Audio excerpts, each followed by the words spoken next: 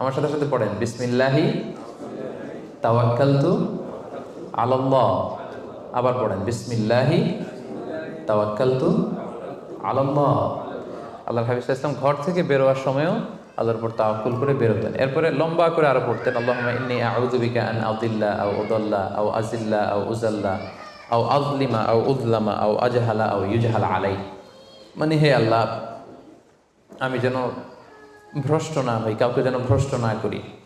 আমি যেন পদস্খলিত না হই, কাউকে যেন পদস্খলিত না করি। আমি যেন জালেম না হই, আমি যেন কাউকে মাজলুম না বানাই। আমি যেন কারোর সাথে মূর্খোচিত আচরণ না করি, কেউ যেন আমার সাথে মূর্খোচিত আচরণ না করে।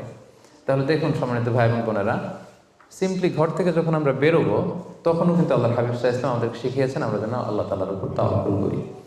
তাই এই প্র্যাকটিসটা যেন আমরা বাড়াই। আমরা এ দুনিয়াতে যত কাজই করবো না কেন, এই কাজ হাসিল করবার জন্য যা